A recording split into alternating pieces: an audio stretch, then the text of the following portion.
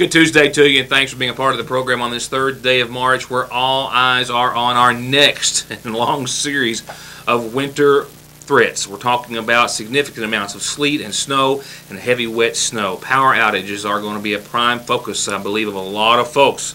Not wantingly, of course. We'll talk about it. We're 24 hours closer than last night, and we've got a better understanding, and all computer renderings and models are showing increased chances of just what I am referring to. We've got a winter warning already, a winter storm warning already in effect. The flood watch is in effect, obviously, as well. As before we even get to all the winter mess, the possibility of 1 to 3 inches of rainfall, which has just started to fall as of this afternoon in the viewing area. A great deal to talk about weather-wise when we get there in just a few moments. On tomorrow's program, by the way, we'll be talking with James Comer, who is in Sagersville this evening.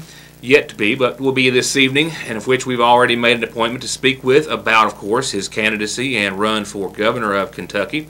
He's going to be here for a fundraising event, and we'll have some remarks on his behalf tomorrow. On tonight's program, an update on the Mountain Parkway, and I'll go back and we'll talk about the Montgomery County High School dance team and some coal severance funds, which are dwindling, but have been very, very appreciative by a local life-saving organization, and also a judgment and sentence on the plea of guilty, and more details in regards to Richard and Pam Williams in their case, as they have now pled guilty to several counts of selling excuse me, unregistered securities and fraudulent security practices as well. So all that to get to. Before that, just a couple of other things. I did watch it.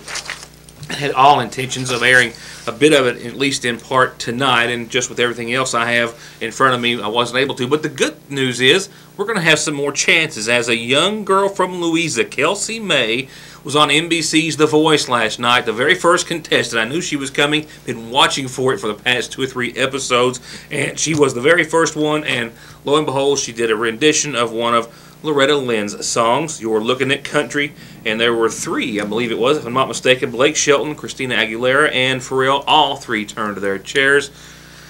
Adam Levine just didn't have a clue, I guess. Nevertheless, it was a great show, a wonderful performance, and she is going to continue to move on upward on The Voice, and we'll show some tidbits of her and hopefully be talking to some of her friends and family in the future. Kentucky law, as it stands, as it always has, and is now a standout in comparison to most other states in the nation, limits or confines court-issued protective orders to just individuals who are married, or maybe who are living with or have children with their alleged abusers. However, there is a great deal of growing support for House Bill 8, and it is that current Kentucky law shouldn't leave thousands of Kentuckians unprotected if they're in a relationship but not married. If they're dating and it turns violent for any reason, they too should be protected under the premise of House Bill 8. The Kentucky Senate could vote later on this week on just that bill to expand those civil protective orders to individuals, partners who are dating. That would also include young individuals such as students and the like. The Senate so far has voted it down for, well, a great many years. Many other states and most have adopted this bill or one similar to it. However, here in Kentucky, the Senate Judiciary Committee did vote today unanimously 7-0 to approve House Bill 8. It now goes to the Senate floor. Among other things, it would also add stalking to the list of offenses. It would let people petition the courts to have a temporary 2-week protective order expunged from their public records. It would also allow judges to automatically enter a 10-year protective order against people convicted of serious crimes, such as sodomy, rape, or sexual abuse, unless their victims were to object thereto.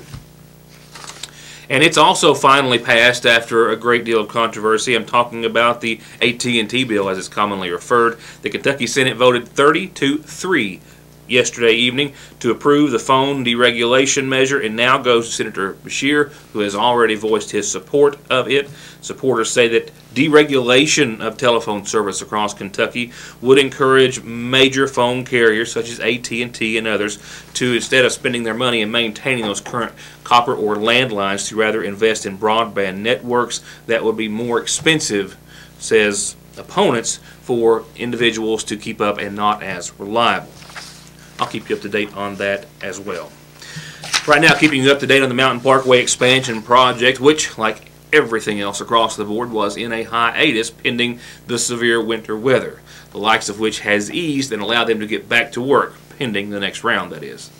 Ed Green of the Mountain Parkway Expansion Project says that this periodic report that he's issued to us today includes information on work underway in the Mountain Parkway expansion and, of course, the inclement weather, putting it nicely, and unforeseen circumstances that could affect planned activities. Here in McGoffin County, after a few days off after the severe winter weather that hit eastern Kentucky and McGoffin County late last month, crews have returned to work as of last week along the Mountain Parkway just west of Sagersville, and that's where this map indicates a new interchange coming to around mile marker 70. That will be 2 miles west of the Route 30 exit. So clearing, drilling, and blasting activities continue as construction crews are expanding the 1.4-mile corridor near this mile point 70 to add this interchange at Gifford Road and widen the parkway to 4 lanes. The speed limit, a reminder, has been reduced to 45 miles per hour. Traffic on the parkway will continue to be stopped during blasts for the safety of workers and travelers, and that will, of course, cause some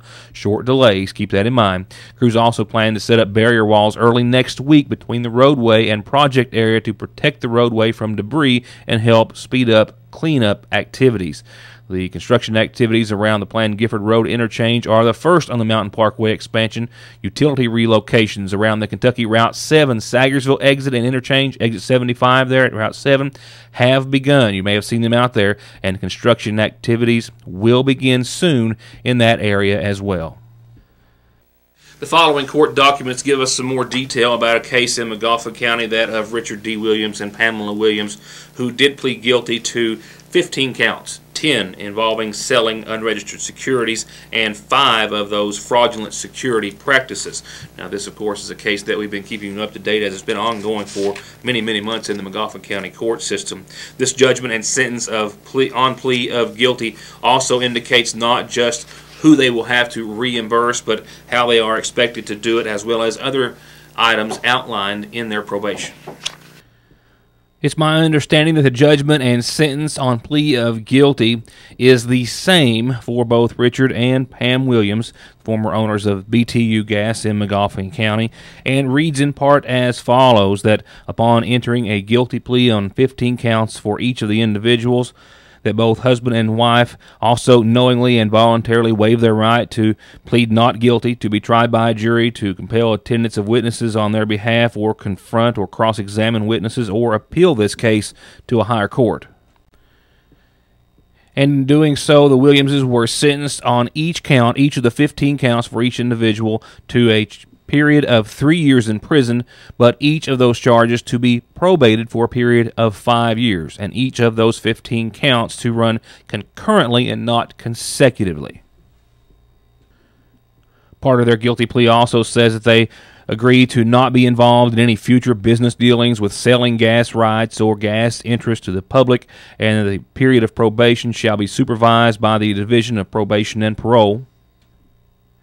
And it also itemizes how much and to who they have been ordered to pay back restitution, including a Joan Casertello in the amount of more than $124,000, also to an Arlene Everett in the amount of more than $45,150, to what is listed as Cherry Driveway LLC in the amount of $59,747, to Robert Carlson in the amount of $346,000 and some change, and to restitution to just simply listed as Fontaine in the amount of $792,000 in each of those cases, payable at the rate of $100 per month, due on the 3rd day of each month.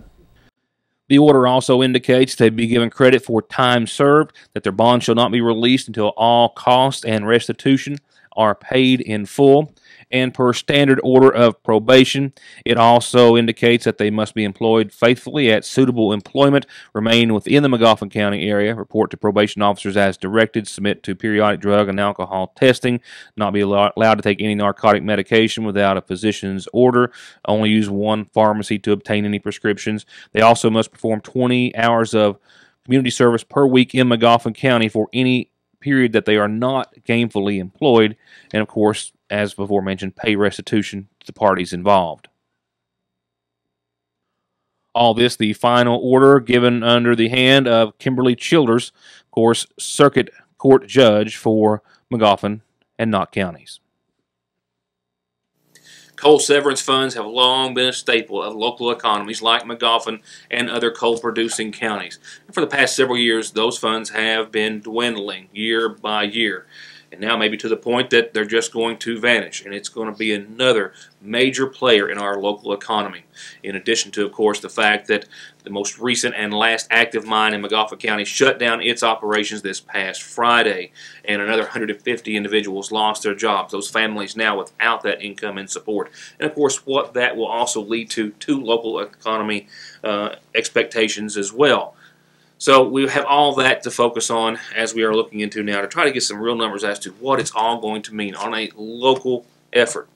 Tonight, though, it's on the other side. It's what those coal producers, those coal miners, mind you, who no longer have jobs, have done for, yet again, the Magoffin County Rescue Squad, who, like so many other organizations, has for years relied on those coal severance funds, this time to the tune of tens of thousands of dollars, which have enabled them to purchase a much-needed, if you've seen their current vehicle of the like, a new Chevrolet Suburban, as well as another UTV or ATV to further their rescue efforts. Here's Magoffin County Judge Executive Charles Harden and Carter Conley, captain of the rescue squad. And there's no doubt that this is about the only good conversation or fact you're going to hear about the coal industry as of late. And there you see the thank you on the back of the vehicle.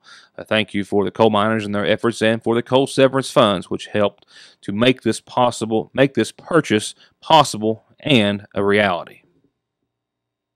Present to Carter the keys to his new vehicle. This is made possible by coal severance money.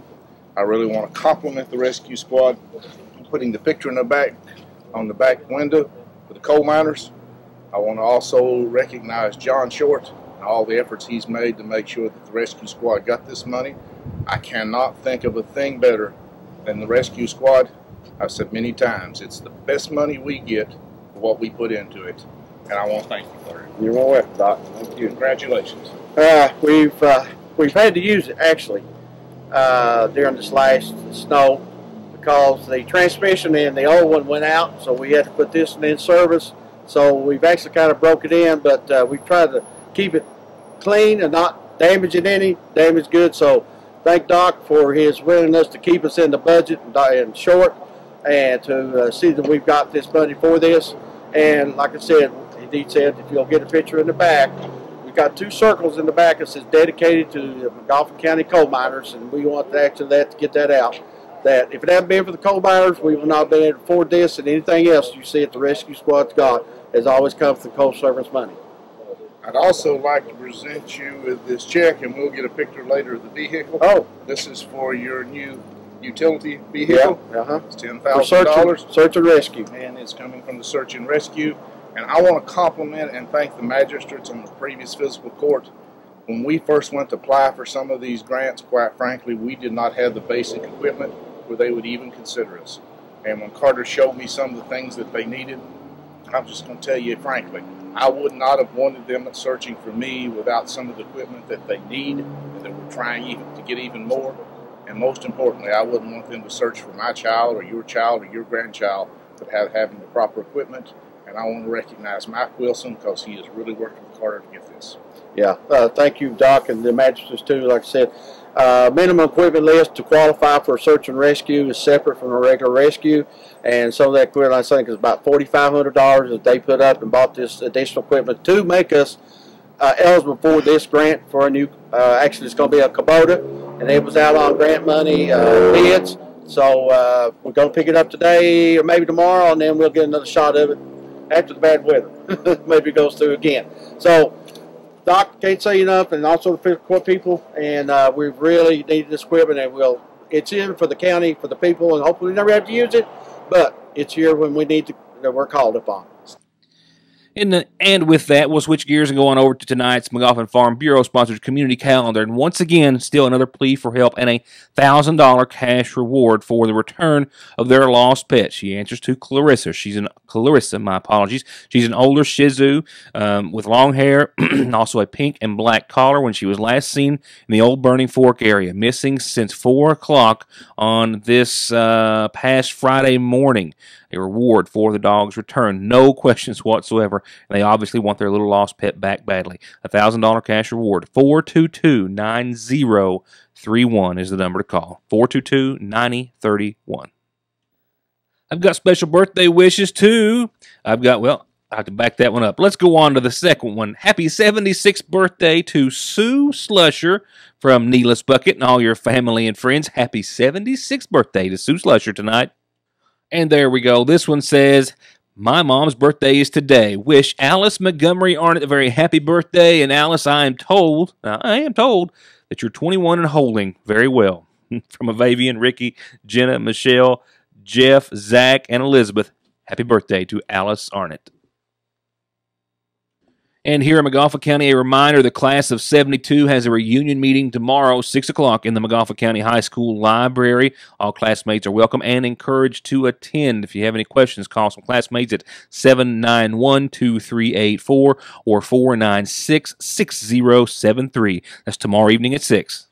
And this Thursday at 6, our Magauffa County Chapter 15 of the DAV has their monthly meeting, and this is a special invitation to all veterans. To find out more about the veterans as they meet, well, give them a call at 272-0826 or just come to the meeting. I'm sure they would love to have any veterans in their attendance. That's the Chapter 15 of the DAV meeting this Thursday at 6 at the Lloyd M. Hall Community Center. A reminder, the Magauffa County Extension Service is taking fruit and vegetable plant orders until the 20th, and the next grafting rootstock class is tomorrow at noon at the Extension Service. And the Saggers-Ville Kiwanis Club is taking nominations for Citizen and Group of the Year nominations. If you would like to nominate someone for one or someone for both, a group and a citizen, mail it to Kiwanis, P.O. Box 62 in Saggers-Ville. And for my friends over at Kearney Freewheel, they're picking and a grinning. This Saturday, they're going to start at 7 p.m. This is your invitation to join them at Kearney Freewheel Baptist for a little picking and grinning. Saturday at 7. And this is your invitation to join our calendar. Birthdays, anniversaries, and the like, they're always free and always the best way to let everyone know about it. So before we go out in your weather forecast, which is not a good note to go out on, mind you, but one of warning, let's talk about the Magauffa County High School dance team. I'm a dad and a reporter. I was doing double duty this past weekend in Frankfort for the state championship, in which it's a very tense time for a parent, let me tell you. I'm sure no more or not as much as it is for the girls themselves who were on the floor, who had to stand and wait for the countdown to see where they had finished. Magauffa County High School dance team earning a trip to state after, of course, winning the 15th Region Grand Champion title here in Magauffa County, performed 2 dances in the Jazz and Open category. I sound like I know what I'm talking about now, don't I? Junior Sydney Blanton, Hannah McFarland, Amanda Kraft, Kyla Hale, I knew that, Cassidy Ward, Abby Sweeney, sophomores Lacey Mortimer, Emily Parsons, Jenna Elam, and Allie Russell, and freshman Mackenzie Castle, all there defending, well, not offending, but advancing after their 15th Region Small Open first place, and then, of course, their 14th and 15th Region Grand Champion. And then they took it on to state, where they did, once again, their Open and Jazz dances. This one, Jazz. And this, their Open dance, which I've shown on a couple of occasions, at least in part. So let's go on over to their awards.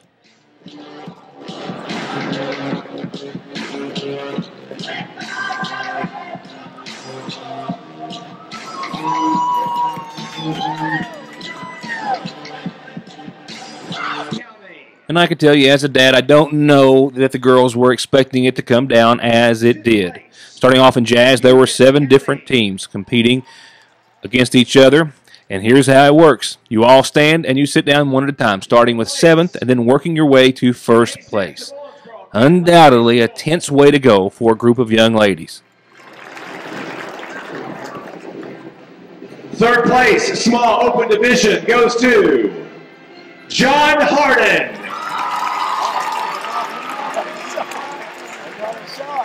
2 teams left. One of them is your state champion.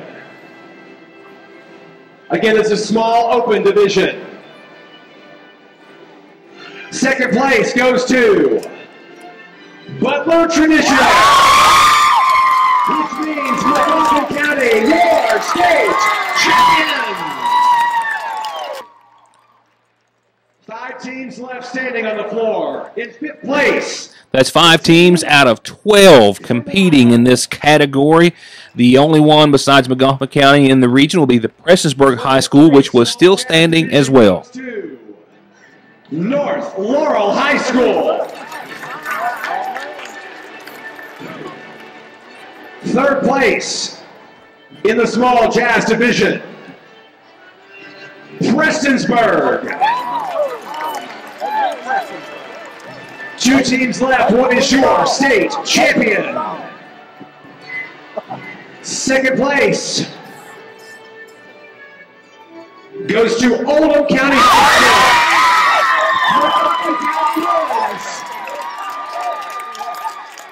School. And I can't tell you the pride in which I have just to get to show you this, but not near as much as I did that day. You know, making a grown man cry is not so hard to do when you've got a little girl who's so happy and a team so deserving. Congratulations to double state champions, McGoffin County High School, first time in the school's history. Today's Grand Champion Award. I don't know, I'm really excited because we've never won 2 state titles. And we just did! Yeah! What is this like to do with your friends? How special is it to do this with your friends and not just your team? Very special because it's not like we just come into practice and only speak to each other there. Like, we're friends outside of practice and outside of dance. Yes. Congratulations, girls. You all deserve it. Thanks.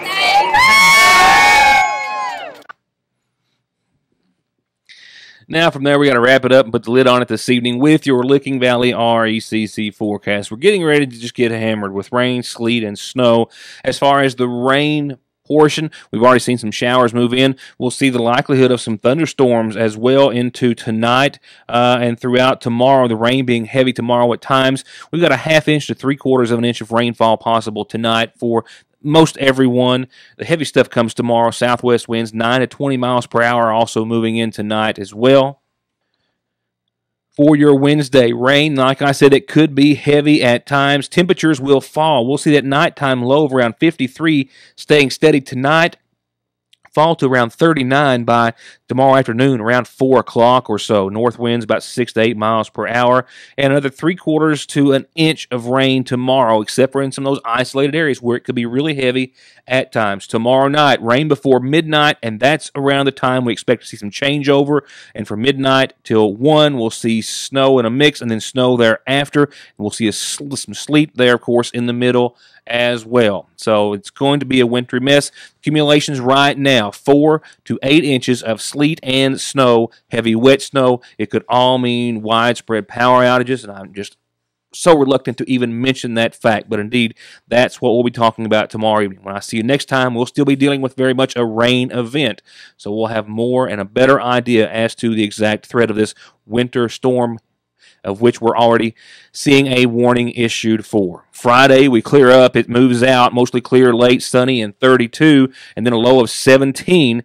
But we'll talk more about your weather when I see you back here next time for more of your News Today. Good night.